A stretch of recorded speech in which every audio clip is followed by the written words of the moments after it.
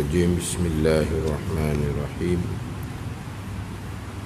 الحمد لله رب العالمين والصلاة والسلام على سيد المرسلين وعلى آله وصحبه أجمعين رب اشرح لي صدري ويسر لي أمري واحلل عقدة من لساني يفقه قولي سبحانك لا علم لنا إلا ما علمتنا إنك أنت العليم الحكيم ولا حول ولا قوة إلا بالله العلي العظيم. Kitab Bidayatul Hidayah, muka surat 8. Muka surat 8 baris yang ke-16 daripada atas. Muka surat 8 baris yang ke-16 daripada atas. Qala al-muallifu rahimahullahu ta'ala wa nafa'ana bi'ulumihi amin.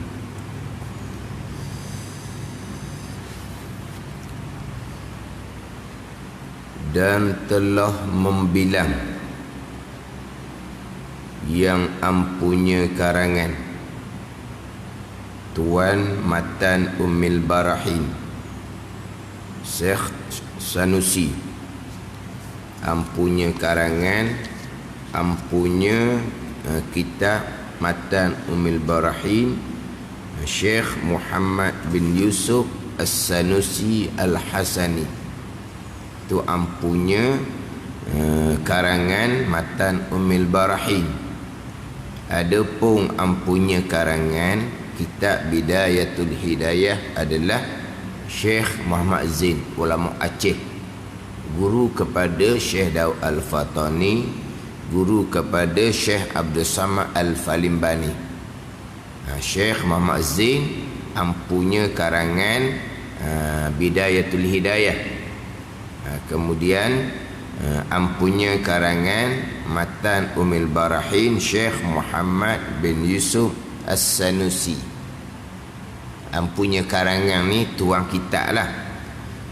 Dan telah membilang yang ampunya karangan, membilang 20 sifat itu.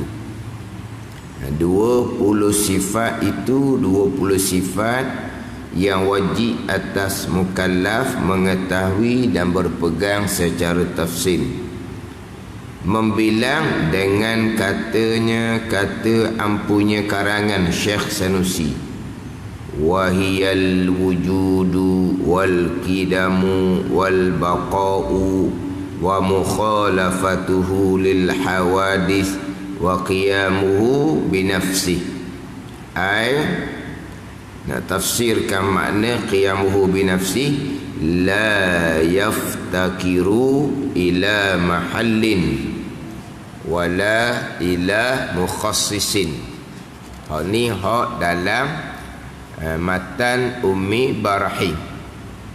Kemudian sambungan Matan Ummil Barahinnya di muka surat 8 baris yang ketiga daripada atas. Itu sambungan hak Matan Ummil Barahin, muka surat 8 baris yang ketiga daripada atas.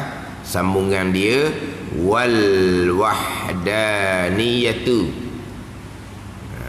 Apa tafsiran wahdaniyah?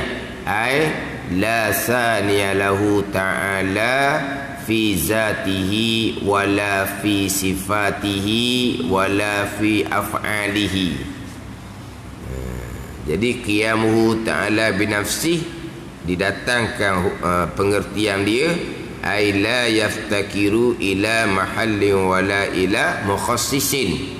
Sambungan dianya wal wahdaniyatu. Apa makna wahdaniyah? Ay la saniya lahu ta'ala fi zatihi wala fi sifatihi wala fi af'alihi. Dengan makna tiada menduai bagi Allah pada zatnya dan tiada menduai bagi Allah pada sifatnya dan tiada menduai bagi Allah pada perbuatannya. Itu makna wahdaniyah. Sambungan di laginya turun ke bawah lebih kurang dalam 10 baris. Fahazihi sittu sifatin. Al-ula nafsiyatun wa hiya al-wujudu wal khamsatu ba'daha salbiyatun. Itu hak dalam matan Ummul Barahin. Kemudian sambungan lagi di bawah tu, summa yajibu lahu ta'ala sab'u sifatin tusamma sifatil ma'ani. Mana wahiyal qudratu wal iradatu al muta'alliqatani bi jami'il mumkinati. Ni hak dalam matan Ummul Barahin. Jadi hak matan Ummul Barahin dalam kurungan-kurungan tu, kalau kita nak cari payah nak jumpa, sebab hak dalam matan Ummul Barahin tu kurungan. Tapi hak kurungan hak lain pun ada lagi selain daripada matan Ummul Barahin. Jadi nak kenal mana ke hak matan Ummul Barahin, buat tu lah hak ada jenis warna tu. Tapi hak warna tu dia jadi panggil bekas sebelah belakang tau. Dia jadi bekas huduh pula jadinya. Kan dia kalau warna kuning kan kita buat gitu tu, dia jadi mungkin tebal sangat warna dia sampai ke di sebelah belakang pun jadi bekas warna dia, jadi uduh pula. Dia tak ada ke hak warna tu hak jadi hak nipis je jadi tak bekas, ada tau. Dia tak ada. Sebab saya ada tengok, saya tak pernah buat gitu, saya ada tengok orang buat, balik tengok pas ke sebelah belakang. Oh kata uduh lah kalau gitu. Ataupun ambil pen ke buat garis kat bawah mana matan Ummul Barahin, boleh juga. Tapi boleh cari je ni. Boleh cari je hak mana matan Ummul Barahin. Jadi yang telah membilang yang punya karangan 20 sifat itu dengan katanya wahliyal wujudu. Mana 20 sifat? Oh sebelum ni kan, fa mimma yajibu li maulana jalla wa azza isyruna sifatan, 20 sifat. Mana 20 sifat tu? Wahiyal wujudu wal qidamu wal baqa'u. Ni jadi ampunya karangan Syekh Sanusi membilang 20 sifat tu dengan katanya wahiyal wujudu. Jadi 20 sifat ni setengah daripada sifat Allah yang wajib atas mukallaf mengetahui dan berpegang secara ijmal, secara tafsil, secara satu-satu. Selepas daripada wajib atas mukallaf mengetahui dan berpegang secara ijmal, secara ringkas kasar Allah Subhanahu wa taala yang bersifat dengan istighna dan iftikar, yang mana Allah Taala jua Tuhan, yang mari daripada kalimatut tauhid la ilaha illallah, yang mana zahirnya mari daripada dua kalimah syahadah lah, asyhadu an la ilaha illallah wa asyhadu anna muhammadar rasulullah. Jadi syahadah yang pertama la ilaha illallah, kalimatut tauhid, tiada Tuhan yang disembah dengan sebenar melainkan Allah. Maknanya Allah jua Tuhan, keesaan Allah jua Tuhan. Allah mana yang jua Tuhan ni? Allah yang bersifat dengan istighna dan iftikar. Istighna dengan makna Allah terkaya, dengan mana lepas Allah, tidak berkehendak Allah kepada selain daripada Allah. Dan iftikar dengan makna berkehendak oleh sekalian yang lain daripada Allah, berkehendak hanya kepada Allah. Allah mana yang esa, yang bersifat dengan istighna dan iftikar? Allah yang bersifat dengan sifat kesempurnaan, maha suci daripada sifat kekurangan. Allah yang bersifat dengan kesempurnaan ni lah yang bersifat dengan istighna dan iftikar. Allah yang maha suci bersifat kekurangan inilah yang bersifat dengan istighna dan iftikar. Jadi Allah yang bersifat dengan kesempurnaan, sifat kesempurnaan bagi Allah tidak terhingga banyaknya. Ini berpegang secara ijmal. Maha suci Allah daripada segala sifat kekurangan, lawan pada sifat kesempurnaan yang tidak terhingga banyaknya. Dalilnya ada langit, ada bumi. Itu secara ijmal. Barulah pergi kepada secara tafsilnya 20 sifat. Secara tafsirnya 20 sifat. Mana 20 sifat ni? Ampunya karangan membilang dengan katanya wahiyal wujudu wal qidamu wal baqa'u sampai ke habis. Yang mana 20 sifat ni atas jalanan Imam Sanusi. Imam Sanusi ni mengikuti jalanan Imam Abul Mansur Al-Maturidi. Imam Syekh Sanusi ni mengikut jalanan Imam Abul Mansur Al-Maturidi, yang mana ahli sunnah wal jamaah dalam bab tauhid pegangan Imam Asy'ari, Imam Maturidi, Imam Hanafi, Imam Maliki, Imam Syafi'i, Hambali. Itu dalam bab fiqh. Imam Ghazali, Imam Syekh Juni Ar-Baghdadi, Imam Syekh Abdul Hasan Ash-Shazili, itu dalam bab tasawuf. Jadi dalam bab tauhidnya ahli sunnah wal jamaah, imam jalanan Imam Asy'ari, jalanan Imam Maturidi. Ulama-ulama yang mengikuti jalanan Imam Asy'ari dipanggil Asy'ariyah ataupun Asy'ariyah. Macam contoh beginilah, ulama-ulama yang mengikuti jalanan Imam Syafi'i dipanggil Asy-Syafi'iyah. Asy-Syafi'iyah ni bukan Imam Syafi'i. Asy-Syafi'iyah ni ulama-ulama fiqh yang mengikuti jalanan Imam Syafi'i. Hanafiyah, ulama-ulama fiqh yang mengikuti jalanan Imam Hanafi. Al-Malikiyah, ulama-ulama yang mengikuti jalanan Imam Malik. Hanabilah, Hanabilah, ulama-ulama fiqh yang mengikuti jalanan Imam Hambali.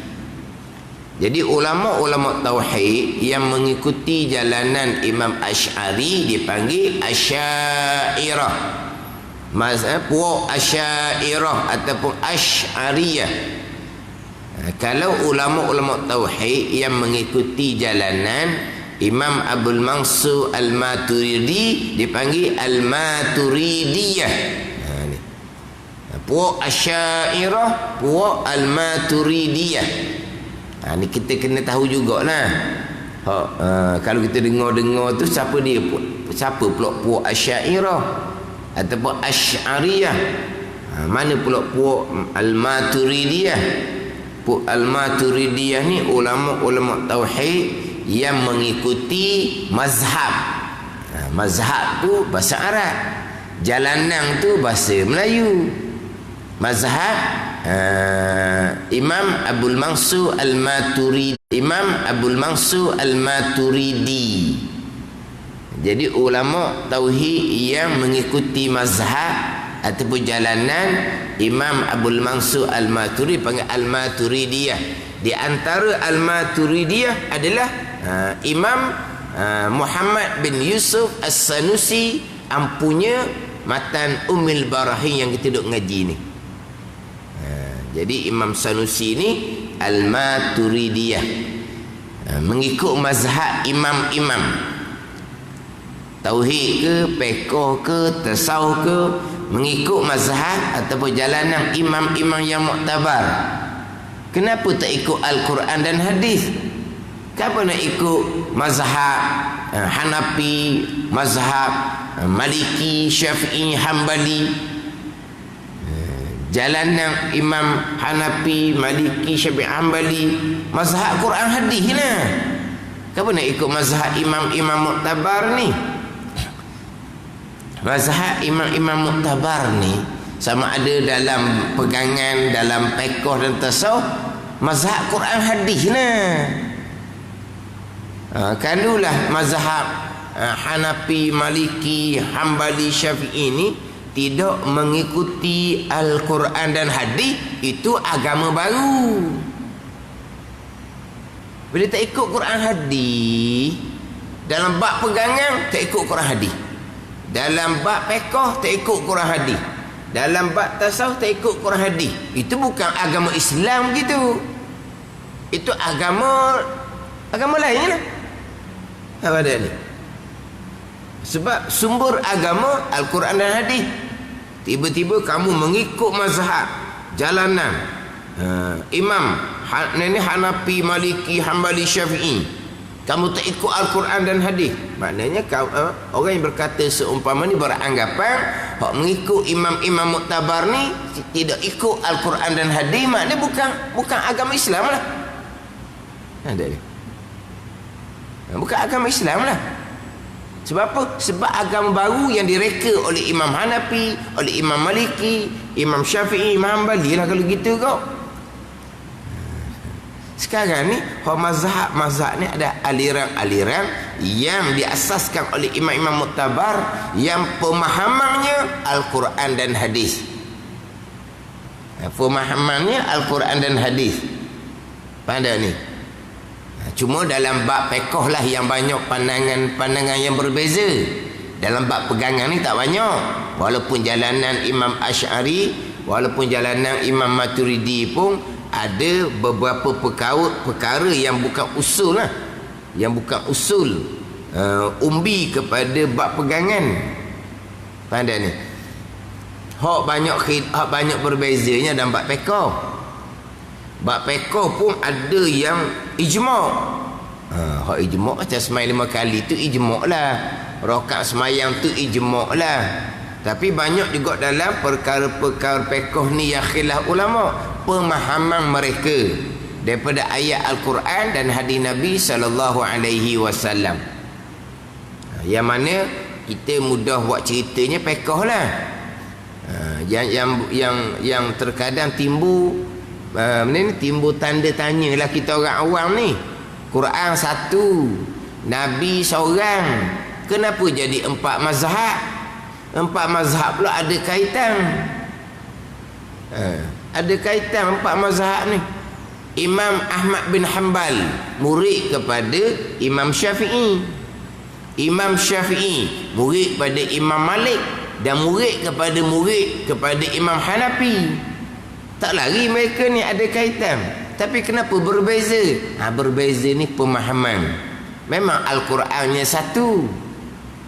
Memang Al-Quran ni ayatnya qat'i, putus, yang wajib kita imani. Walaupun hanya satu ayat. Tapi Al-Quran yang qat'i ni makna dia terkadang zonni. Makna dia bukan qat'i, bukan putus. Zonni ni ada kemungkinan makna ning, ada kemungkinan makna ning. Tak qat'i dah. Hak makna qat'inya contoh qul huwallahu ahad. Tu. Ayat tu qat'i, putus.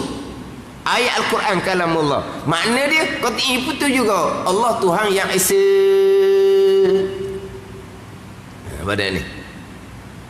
Tapi ada makna yang zonni. Ni contoh fiqh mudah. Fatayammamu sa'idan thayyibah, maka hendaklah kamu tayammum dengan sa'id yang bersih. Ini ayat Al-Quran. Sa'id yang bersih, sa'id dan thayyibah. Ini biar di dalam fiqh Islami didatangkan.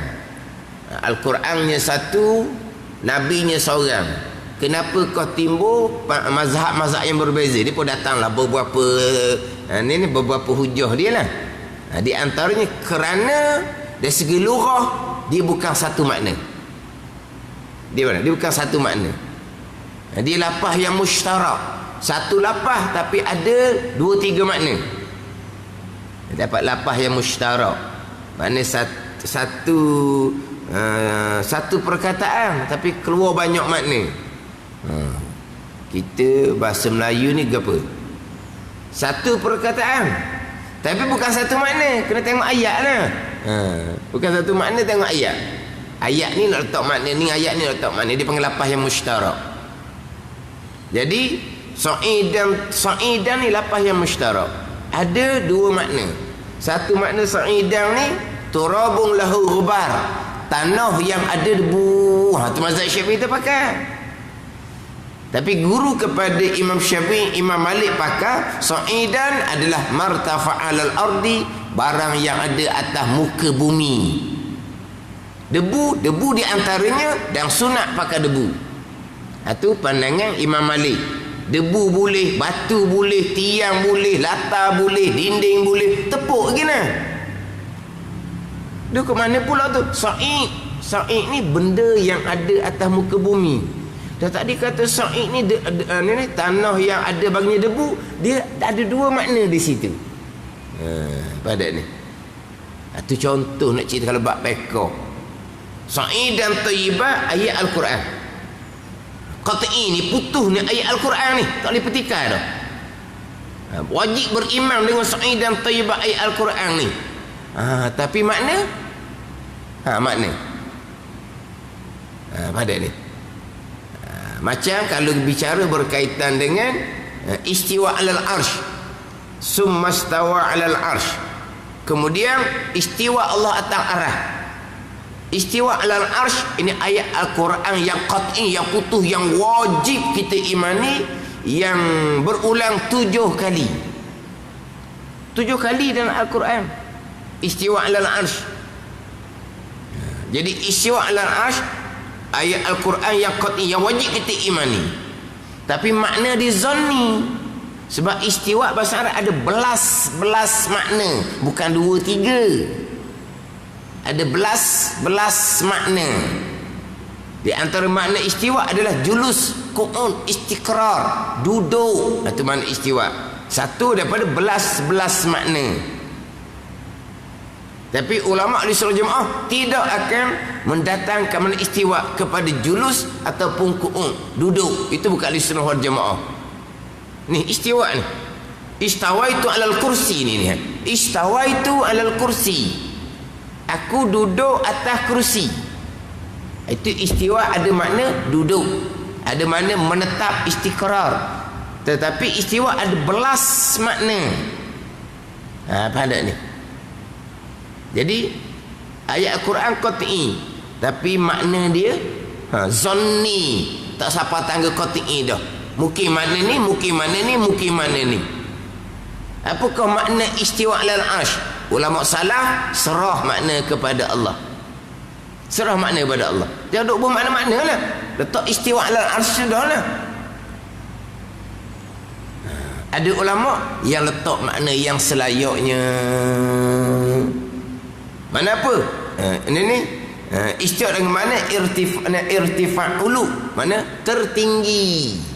Tertinggi bukan tertinggi tempat, tertinggi maqam, kedudukan. Ada yang letak makna istiwa ni makna menguasai. Tu makna istiwa belakang tu. Tapi tidak ada ulama ahli sunnah meletak makna istiwa duduk atas arah, menetap atas arah. Itu bukan ahli sunnah. Ada ni. Ada ahli sunnah yang istiwa serah makna pada Allah. Ada yang letak makna tertinggi, ulu. Tertinggi bukan tertinggi tertinggi tempat, bukan tertinggi ni sebuah makan, tapi tinggi ni sebuah makan lah. Makna apa ni? Darajah, kedudukan, tinggi. Kalau tertinggi tempat dia gini, ni tertinggi, ni tertinggi tempat. Pada ni. Jadi daripada Al-Quran dan hadis ni lah pemahaman. Tapi banyaknya berbeza pemahaman adalah dalam bab fiqh. Jadi Imam Syafi'i kata Sa'id dan Tayyibah debu. Nak tayamum kena debu. Mazhab Maliki kata Sa'id dan Tayyibah debu sunat je. Benda yang atas muka bumi, batu kerah, batu tokoh tak ada debu pun tak apa, tiang pun tak apa, dinding pun tak apa. Jadi Imam Syafi'i kata debu, Imam Maliki kata barang ada di bumi. Itulah mazhab Al-Quran. Itulah Al-Quran. Tapi pemahaman yang berbeza. Contohlah kita kata, bagi mutallaqah, perempuan yang diceraikan, yatarabbasna bi anfusihinna salasata quru. Orang perempuan yang diceraikan oleh suami, dia kena menanti 3 kali quru. 3 kali quru. Iddah ni 3 kali quru.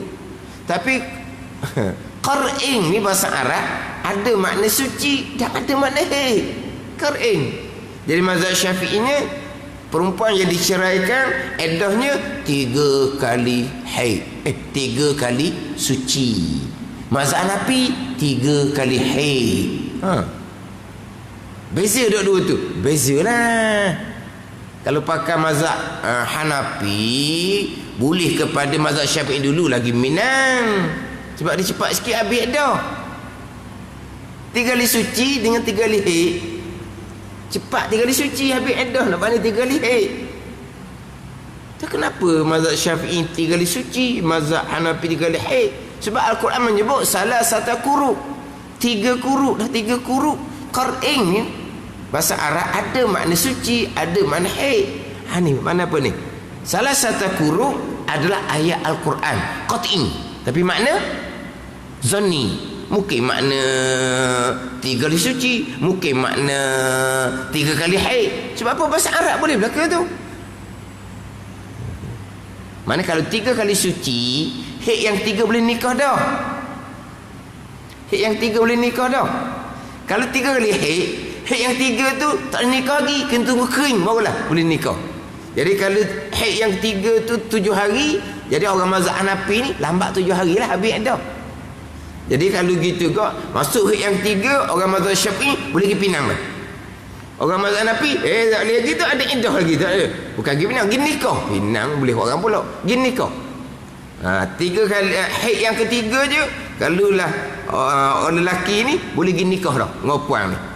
Kalau orang mazhab Hanafi, haid yang 3 tak boleh nikah lagi ni, iddah tak habis lagi, kena tunggu kering. Kalau haid dia 7 hari, jadi panjang 7 hari lah. Ada ni nak kira. Tapi mari mana tu? Quran belaka, mazhab Quran hadis belaka. Ni tambahan blok pegangan. Mazhab Asy'ari, mazhab Maturidi, Quran hadis belaka. Cuma kaedah-kaedah yang disusun oleh ulama-ulama. Samalah tasawuf. Jalanan Imam Ghazali. Imam Ghazali sendiri kalau jalanan Imam Ghazali sendiri itu bukan jalanan agama. Quran hadis nah. Jangan orang sekarang ni kita ambuh mazhab-mazhab imam ni. Sebab apa? Kita nak ikut mazhab Quran hadis. Dah Quran hadis, kamu nak baca sendiri, cari guru lah. Cari guru juga. Jangan pakai guru jugalah jadinya. Dah guru orang kau mana? Lepas tu kalau tak mau pakai ulama, nak pakai Quran hadis, baca Quran hadis diri nah. Lepas tu saya tak pandang, pakai akal gila. Tak mau pakai ulama sangat. Imam muktabar tu tidak maksum. Memang tidak maksum. Dah orang yang kami ikut sekarang ni, ustaz-ustaz yang kami ikut sekarang ni maksum. Bukan kata tak maksum, sikap pun tak boleh nak harap mana. Sekali gitu, sekali gini, sekali gitu, sekali gini. Ni ulama-ulama muktabar terdahulu. Kemudian jalanan-jalanan orang muktabar dahulu ni diikuti oleh ratusan, ribuan pula ulama-ulama muktabar yang lain. Dia ada dalam tu dia tulis, siapakah imam-imam muktabar yang mengikut mazhab Hanafi, Maliki, Syafi'i, Hambali. Hak ikut di bawah tu. Siapakah ulama-ulama muktabar yang mengikuti jalanan Imam Asy'ari pun susun di bawah. Siapakah ulama-ulama muktabar yang mengikut jalanan Imam Maturidi, susun ke bawah. Tu. Ada ni. Bukan imam tu saja, bukan Imam Hanafi tu saja, bukan Imam Maliki, Syafi'i, Hambali tu saja. Yang mengikuti mereka ni siapa? Bukan kata Imam Asy'ari semata-mata, bukan kata Imam Abdul Mansur Al-Maturidi semata-mata, tapi siapakah yang mengikuti jalanan Imam Asy'ari, jalanan Imam Maturidi? Pada ni. Ni. Kemudian siapakah ini ulama-ulama tafsir, ulama-ulama hadis yang mengikuti jalanan Imam Asy'ari, jalanan Imam Maturidi?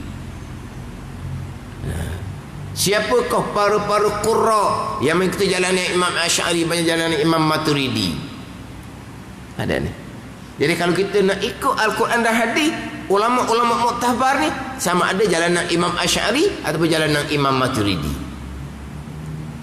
Jadi kalau tak pakai jalanan Imam Asy'ari, Imam Maturidi, kita ambil Quran daripada mana? Ulama tafsir mereka mengikut jalanan imam mana? Imam Asy'ari, Maturidi. Ulama hadis mengikut jalanan Imam Asy'ari, Imam Maturidi. Ulama-ulama di kemudian Imam Nawawi yang mensyarahkan Sahih Muslim, Imam Syekh Ibnu Hajar Asqalani Fathul Bari itu, syarah Sahih Bukhari Fathul Bari itu, jalanan Imam Asy'ari belaka. Lepas tu kita tak ikut jalanan Imam Asy'ari, tapi nak pakai syarahan hadis ini Syekh Ibnu Hajar syarah hadis Imam Nawawi, tapi nak pakai Imam Asy'ari.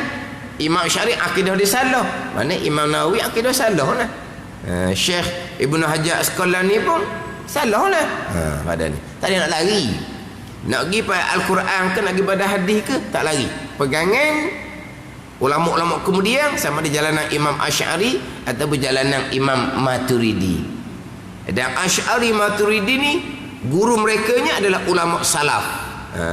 Ulama salaf yang terdahulu itu guru mereka. Hak timbul sekarang ni, hak mengaku salah, dia bukan berguru dengan ulama salah. Lepas tu macam-macam hak timbulnya. Hak mengaku tu, hak tu begitu, hak tu begini. Jadi kita nak balik kepada Imam Sanusi ni, adalah di kalangan ulama yang mengikuti jalanan Imam Maturidi, Al-Maturidiyah. Jadi jalanan Imam Al-Maturidiyah, sifat yang wajib atas mukallaf mengetahui dan berpegang secara tafsilnya 20. Keluarlah isyruna sifatan, keluar 20. Jadi masyhur ke kitanya hak jalanan Imam Maturidi. Hak matan Umil Barahin karangan Syekh Sanusi pula memang mengikuti jalanan Imam Maturidi. Jadi hak wajib atas mukallaf mengetahui dan berpegang secara tafsirnya 20. Tapi jalanan yang rajih, jalanan yang muktamad, jalanan Imam Asy'ari bukan 20, 13. Yang wajib atas mukallaf mengetahui dan berpegang secara satu-satu mana 13? Wujud sampai ke kalam. Tapi sebut 13, kita pengong lah. 13 macam mana kita daripada budak lagi 20. Masyhur 20. Masyhur maka suraqailu. Mana hak orang banyak sebut, jadi masyhur lah. Tapi rajih muktamad ke? Muktamadnya 13. Ada ni. Dia masyhur ni tak semestinya muktamad. Ni contoh peko. Kita gak masyhur berjemaah atas orang lelaki gak fardu kifayah lah. Tak, itu kan dengan muktamad dan mazhab Syafi'i. Pandangan muktamad dan mazhab Syafi'i sunnatun muakkadah, bukan fardu kifayah. Tapi tanyalah siapa pun orang lelaki, apa hukum semai berjemaah atas orang lelaki cukup syarat? Sah jawapan dia fardu kifayah. Masyhur dia gitu. Tapi muktamadnya sunnatun muakkadah, bukan fardu kifayah. Sebut sunnatun muakkadah pengong dah gitu. Sunat je, sunat kuat tuntut. Jadi makna kalau satu kampung tu senyap, tak ada satu tempat yang terbuka yang didirikan jemaah, tak berdosa satu kampung tu atas lelaki yang cukup syarat, tak ada berdosa, makruh jua. Itu kata berdosa tu kalau satu kampung ni tak ada satu tempat pun didirikan jemaah, itu pandangan fardu kifayah. Dia memang fardu kifayah lah. Itu bukan pandangan muktamad dalam mazhab Syafi'i. Tapi kita dengar gitu semua, itu pandangan yang masyhur. Ni 20 masyhur. Sebut 13 agak. Lah. Kena cerita balik. Dah 13 pula dah. 20 dah. Lepas tu jalan yang muktamad 13. 20 cabut 3 lagi 33. Dah 13 tu 20 tu lah. Tapi wujud sampai ke kalam. Dah kaunuhu tu, kaunuhu qadiran muridan sampai mutakalliman tu. 7 maknawiyah tu nak kira mana tu? Sifat Allah. Wajib berpegang sifat Allah. Tapi jalanan Imam Asy'ari hak kaunuhu tu hanya berpegang atas jalan ijmal. Tapi jalanan Imam Maturidi tak cukup jalan ijmal, kena pegang jalan tafsil. Jalan ijmalnya macam mana? Kaunuhu tu sifat Allah. Lepas tu satu-satu orang molek lah apa maksud dia. Tak pandai, tak apalah, peganglah sifat Allah cukup lah. Kalau atas jalanan Imam Maturidi hak diikuti oleh Imam Asy'ari ni kok 20, kena faham molek lah apa makna kaunuhu qadiran, kaunuhu muridan. Makna dia keadaan Allah yang kuasa. Keadaan Allah yang kuasa tu baru balik bahasa, baru terjemah dia panggil. Apa maksud kaunuhu qadiran? Kenapa dah kaunuhu qadiran dipanggil sifat yang melazimi bagi sifat kudrah? Allah bersifat dengan sifat kudrah, Allah bersifat dengan sifat kaunuhu qadiran, itu melazimi. Bersifat dengan kudrah, bersifatlah dengan kaunuhu qadiran. Jadi kaunuhu qadiran sifat yang melazimi bagi sifat kudrah. Apa makna melazimi? Ni kita kadang-kadang hanya bilang je 20, hakikatnya berpegang 13 atas jalan tafsir, jalanan Imam Asy'ari, jalanan yang muktamad. Kita ngapa 20, ini bukan ngapa ni pegangan. Bukan berpegang perkataan kaunuhu qadiran. Nak pegang apakah maksud kaunuhu qadiran. Nak faham maksud kaunuhu qadiran ni, kadang-kadang kena beradu sikit lah, tak capai kadang-kadang. Hak jumpa-jumpa hak ngaji lama-lama tu, hak sifat 20 pas sifat 20, sifat 20 pas sifat 20. Tapi tak kena pun jalanan Imam Maturidi, tak betul pun jalanan Imam Maturidi. Maknanya jalanan Imam Asy'ari lah jawapan dia. 13 sifat cukup dah lah. Kenal Allah Subhanahu wa ta'ala. Mana mengetahui dan berpegang atas jalan tafsil, atas jalan satu-satu 13 sifat jalanan Imam Asy'ari.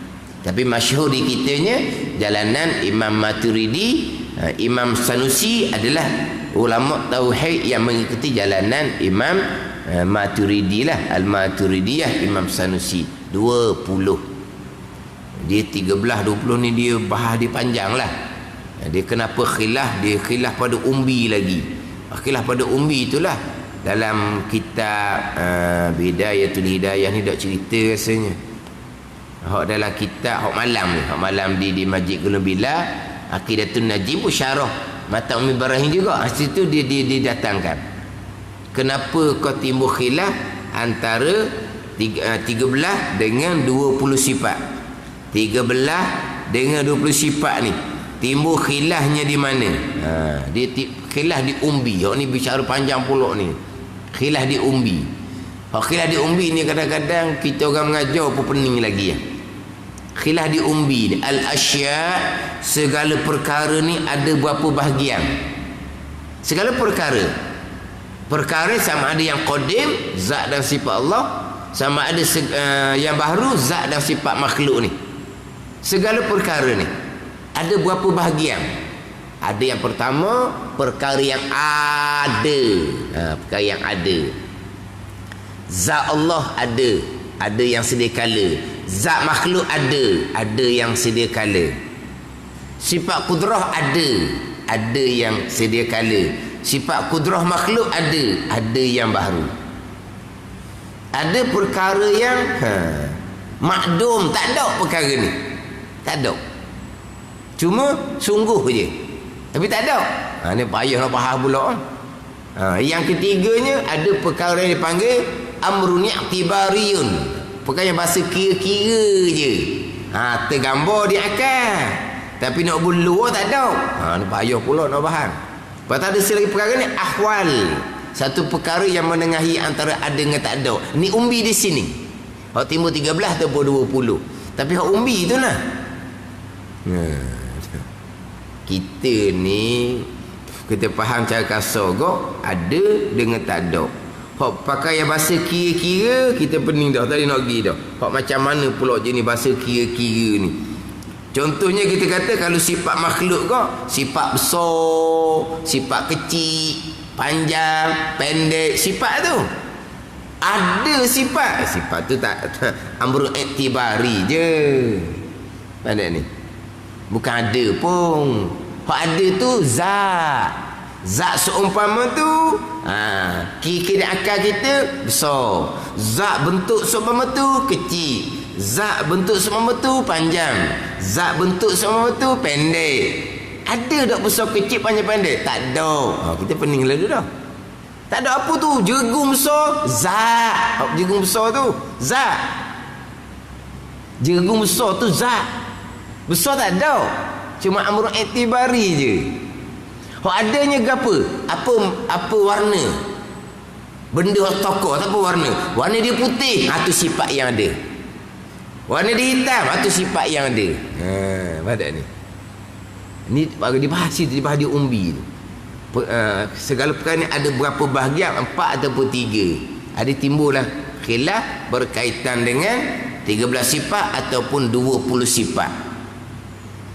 Sebab kalau tak faham di umbi tu, tak apalah kita ni ngaji pegang gitu je. Bukan fardu ain, fardu kifayah.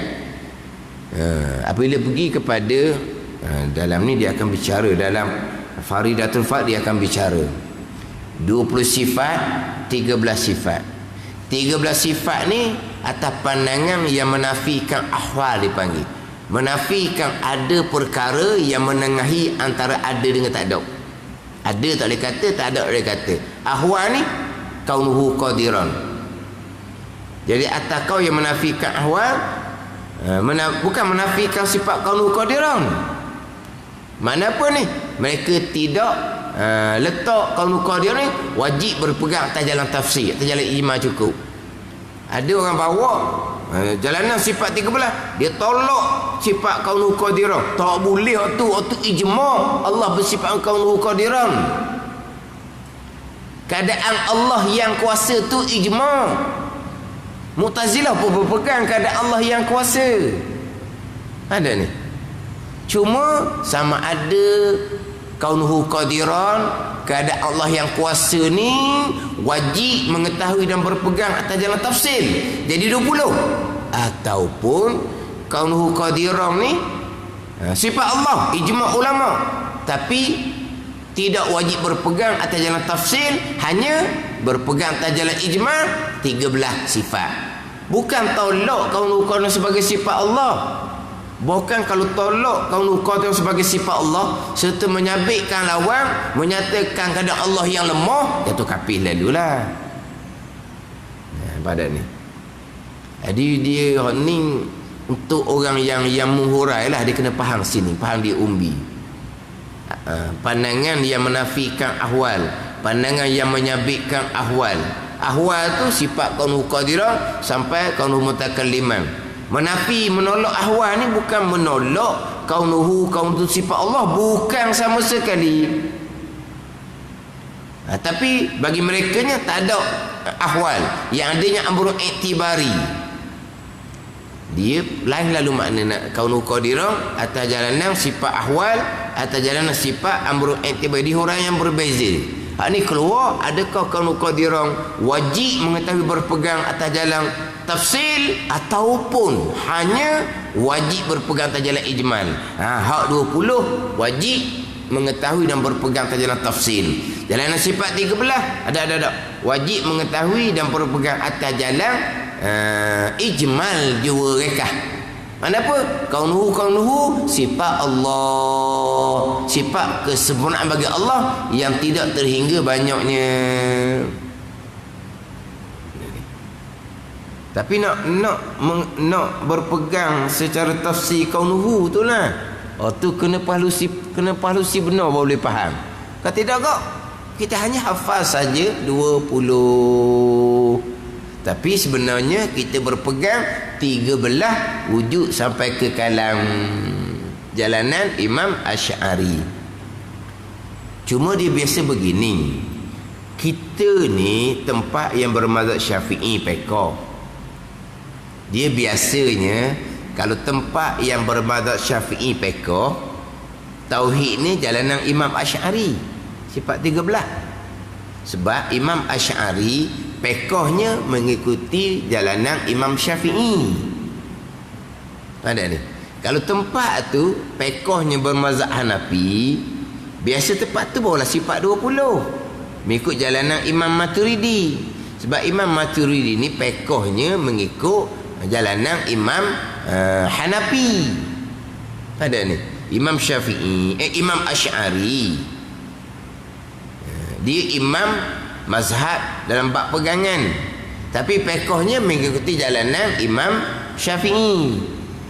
Maturidi imam dalam ilmu pegangan, pekoh Imam Maturidi mengikuti jalanan mazhab Hanafi. Jadi biasa kalau tempat tu pekoh Syafi'i, dia tauhidnya Asy'ari 13 sifat lah. Kalau tempat tu Hanafi pekoh dia, maka tauhid ni Maturidi lah, baru 20. Tapi kita ni tempat pekoh Syafi'i, tapi tauhidnya Maturidi. Maturidi tu pekoh dia bukan Syafi'i, pekohnya Hanafi. Atas tuan susung lah. Sebab kita ni berdasar kepada siapa yang bawa agama tempat kita. Tempat kita kenapa pekoh bermazhab Syafi'i? Sebab pendakwah yang Islamkan ummah Melayu di tempat kita ni pekoh di Syafi'i. Apa anda ni? Jadi siapa di kitanya bermazhab Syafi'i. Tapi kalau hak pendakwah hak siapa kita ni pekohnya Hanafi, Hanafi lah kitanya. Takkan jadi Syafi'i. Anda ni. Kemudian kita jangan keliru lah pula. Sebut kata tauhid ni jalanan Imam Asy'ari, jalanan Imam Maturidi. Walaha Asy'ari Maturidi ni kurung yang keempat. Pada ni. Kenapa tidak ada pegangan Hanafi, Maliki, Syafi'i, Hambali? Sebab pada masa di awal Islam, dalam bab pegangan solid, mana satu pegangan saja. Dalam bab pekoh ni timbul pandang-pandang berbeza. Kurung yang ketiga, kurung yang keempat, pada masa pemerintah Abbasiyah ni, jadi hak masuk Islam ni luah dah. Hak umat Islam kau ramai, yang mana bukan lagi orang Arab, ramai orang Ajam dah. Jadi sudah keluar bagai-bagai fahaman yang terpesong. Maka Imam Asy'ari, Imam Maturidi inilah yang mempertahankan hak jalanan akidah Ahlussunnah Jemaah, hak jalanan ulama-ulama terdahulu, ulama salaf. Maka akhirnya semua ni susunan Allah. Terangkatlah Imam Asy'ari, terangkatlah Imam Maturidi sebagai imam mazhab tauhid. Siapa yang mengangkat mereka? Ulama-ulama muktabar yang di bawah, bukan orang jahil, bukan orang awam. Angkat mereka sebagai imam. Kenapa timbul masa kurung yang keempat? Sebab 3 kurung yang pertama tu solid pegangan. Hak pekoh je. Penanggung ulama ni begini, penanggung ulama ni begini. Pada masa sahabat pun pekoh berbeza dah. Daripada sahabat pekoh berbeza ni lah keluar imam mazhab yang berbeza. Sebab Imam Hanafi ke Imam Maliki ke Syafi'i, Hambali ke, silsilah dia akan naik pada sahabat yang berbeza. Sahabat ni berbeza dah pandangan, maka imam-imam ni pun berbeza pandangan dalam bab pekoh.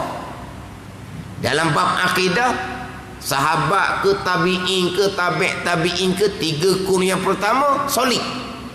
Dia tak timbul lah mazhab-mazhab dalam bab tauhid, sebab solid satu jalan dia. Satu jalan. Tapi apabila negara umat Islam keluar pada ni, pada masa Nabi, kemudian bertambah luas pada masa Khulafaur Rasyidin, pada masa Bani Umayyah, pada masa Abbasiyah, ada luah ni. Jadi bagai-bagai faham akidah yang terpesong dah ni. Banyak dah Mu'tazilah ni. Maka Tertonjollah dua imam, Imam Asy'ari, Imam Maturidi. Jadi timbullah mereka imam mazhab dalam bab pegangan. Kenapa tidak imam-imam hak tiga kurun yang pertama? Masa tu tak ada pegangan solid. Ada ni. Betul, kadang-kadang kenapa kamu tidak berpegang dengan akidah Imam Syafi'i? Nak ambil Imam Asy'ari, Imam Syafi'i lah. Silsilah sampai ke kita jalanan Imam Asy'ari Maturidi yang akidah mereka sampai kepada ni ulama salaf, sampai kepada sahabat, sampai kepada Nabi sallallahu alaihi wasallam. Kena faham gitu. Kadang-kadang orang ni dia cerita tu untuk apa ni? Mengelirukan kita dalam bab pegangan. Oh, pekoh Imam Syafi'i.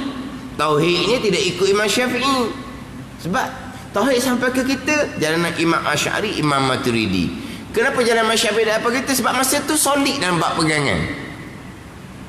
Tapi Imam Asy'ari, Imam Maturidi, guru mereka adalah ulama-ulama salaf yang terdahulu. Maknanya sumbernya Al-Quran dan hadis Nabi sallallahu alaihi wasallam. Jadi hak Imam Asy'ari ni 20 sifat. 20 sifat ni adalah jalanan Imam Maturidi. Wa hiyal wujudu wal qidamu wal baqa'u wa mukhalafatu lil hawadith wa qiyamuhu bi nafsi ay la yaftakiru ila mahallin wala ila mukhassisin. Dan iaitu 20 sifat. Dan iaitu erti iaitu 20 sifat. Dan iaitu erti iaitu nak tafsir mana iaitu yang 20 sifat. Dia wahia dan ia. Tu wahia, ia. Hiya ni kembali pada mana? Isyruna sifatan. Wahia dan ia isyruna sifatan. 20 sifat mana? Al-wujudu. Pertama, wujud. Artinya erti wujud ada. Kedua, kidam. Artinya erti kidam sedia. Dalam cetakan tu, kidam artinya kekal. Ataupun kidam artinya kekal sedia. Betul perkataan tu, kekal sedia. Saya mengaji ni, kekal tu buat bulat. Salah cetakan.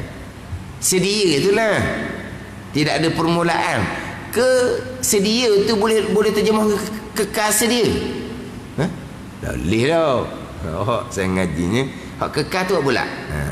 Jadi kedua, kidam artinya sedia. Pertama, wujud artinya ada. Kedua, kidam artinya sedia. Wallahu a'lam. Bismillahirrahmanirrahim. Alhamdulillahirabbil alamin. Wassalatu wassalamu ala sayyidil mursalin wa ala alihi wa sahbihi ajma'in. Allahumma iftah alaina futuhal arifin. Allahumma allimna ilma akdamin wa fahimna famasabikin warzuqna ruqat talibin. Allahumma zidna ilman wa alhiqna bis salihin. Wa sallallahu ala sayyidina Muhammadin wa ala alihi wa sahbihi wa sallam. Walhamdulillahi rabbil alamin.